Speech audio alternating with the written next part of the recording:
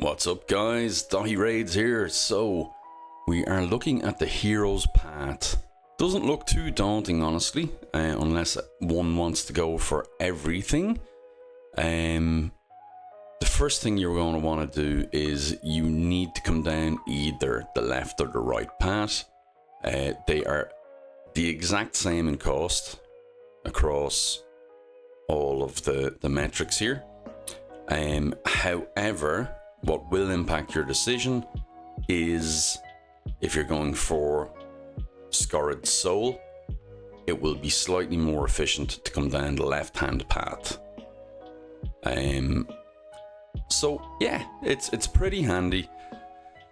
To get the initial, you do need the key to go for Skorid himself, and then the Skorid Soul is 50,000. So that's not too bad. To get key, first of all, is going to cost you 8 to 3, 8, 9, let's call it 10. So let's call it 11,000 to get to here. And then from there, so that's 11,000. Well, let's keep notes here. I've seen nub raids doing maths on on camera too many times to fall into that trap. So let's call it 11,000. We're rounding here. So we've gotten as far as here already going this path. So then we've another 2, 3.5, 7.5, 16.5, 29. So another 29, and 50, let's call it 80,000. I think I've done pretty well there, even with the rounding. Unless somebody comes back and tells me otherwise. So yeah, so 90 with rounding, 91,000. We're going to there to get to Skorid. 91,000 coins. That's a fair chunk of change. Now, if you don't want to go for that, you could easily get some of this stuff. If you have Skorid, he would benefit greatly from a 5-star soul. He benefits from the damage. So I mean, HP is the first tier. Second tier is attack. He'll benefit from that. Defense is the third tier, and then crit damage is fourth, which he'll benefit from damage, and then the fifth is accuracy and resistance. So he's going to benefit from all of it really strongly. And then there's obviously whichever blessing you pick as well. So he, he would be very good to get a blessing for, but is he good enough to invest the resources in to go for it? You need to decide that for yourself. It is personal preference. If you have the resources, maybe it's good to go for. Don't forget, to get the points for this, we're talking basically dungeon divers and summon rush. Okay, so what, 91,000 is 20 sacred shards? So it's a 20 sacred shard, not for a guaranteed champion, but for a guaranteed soul. So that's a lot. Couldn't do it by mystery shards. I mean, I think 3,000 or 4,000 mystery shards isn't uncommon. You'd get 12,000 out of that. Ancient shards, you're looking at 300 to get it, and you'd still be 1,000 shy. So yeah, it's sacred shards where the value is, and then of course you do have the dungeon divers. So if this follows the same kind of general average scoring as a dungeon divers, you're generally talking, for tournaments you can generally get a point per energy. I find dungeon divers lately, I know what numbers are out there, my kind of lived experience on dungeon divers lately is like 1 point per energy. So that can't be what this is. It's not 1 point per energy. It's usually double the tournaments. So that's a hell of a lot of energy. It's not realistic to do the entire tournament just based on getting points in Dungeon Divers. Yes, you can mitigate some of it, but it's to my mind not feasible to do so. I think you're going to have to pull shards to do it all. The energy requirement would be massive, and I don't think it's feasible to do so. Let's cut, right? I'm going to run 10 Dragon 20 because Dragon 20 is live at the moment, and I'll run 10 Dragon 20. As you can see here, I'm at 0 coins. Not Dragon 20, which is the most...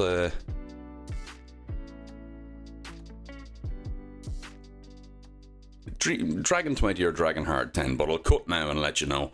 And we'll see how many points I have after I've run 10. And we can extrapolate that out then.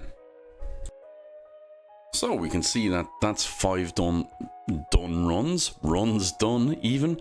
5 out of 5, 200 energy. 69 tokens from that last run. And next we won't do that. Sorry, that's 5 double runs. So I did say 10. So that's 5 with super raids on. Okay. 340 tokens. Okay, so it's actually better than a 1-to-1, and that was stage 20 hard. So it's better than a 1-to-1. That's over 10 runs total, so 10 items received or whatever. And we're looking at 200 energy.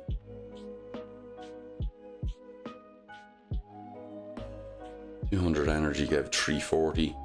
So 340 divided by 2, 1.7 for 1.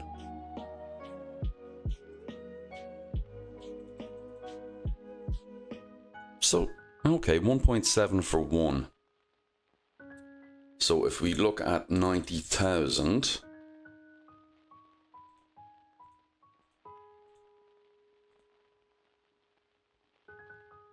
Yeah, so 90,000 divided by 1.7, we're still looking at 52,000 energy. That's a lot of energy. Do you want to know how many gems that is? Or how many refills that is? We'll divide that by 130 to get how many refills that is. So that's 407 refills. Now, I kind of feel like this is ridiculous, so I'm going to go and check my maths again because it seems mental. Because 407 refills, if we multiply that by 40 gems, is 16,000 gems. This is 16,289 gems. Because it won't be exactly that, it's only 40 per.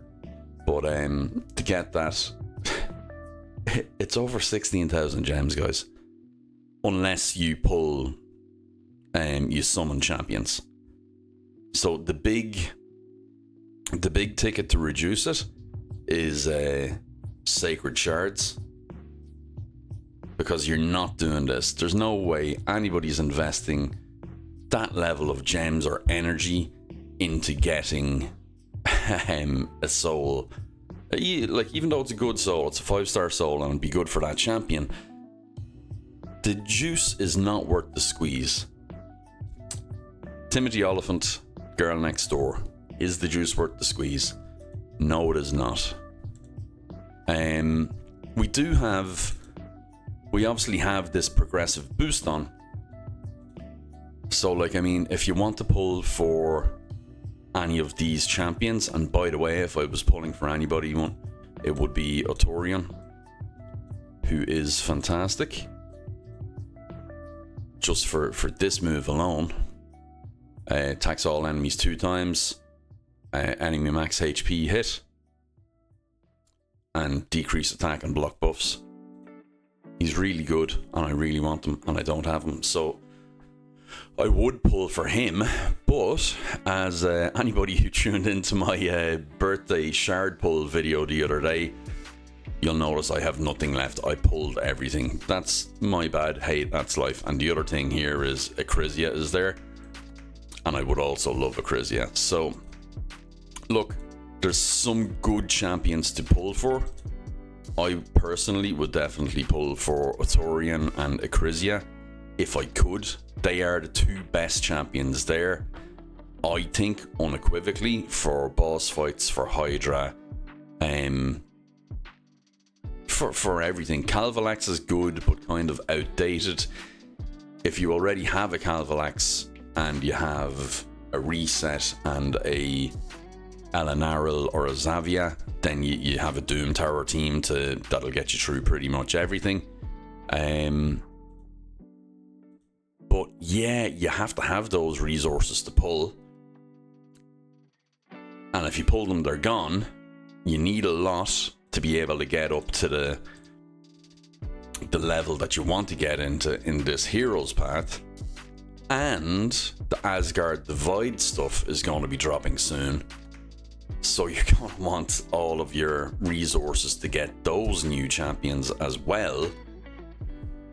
This is very expensive for a soul. Very expensive.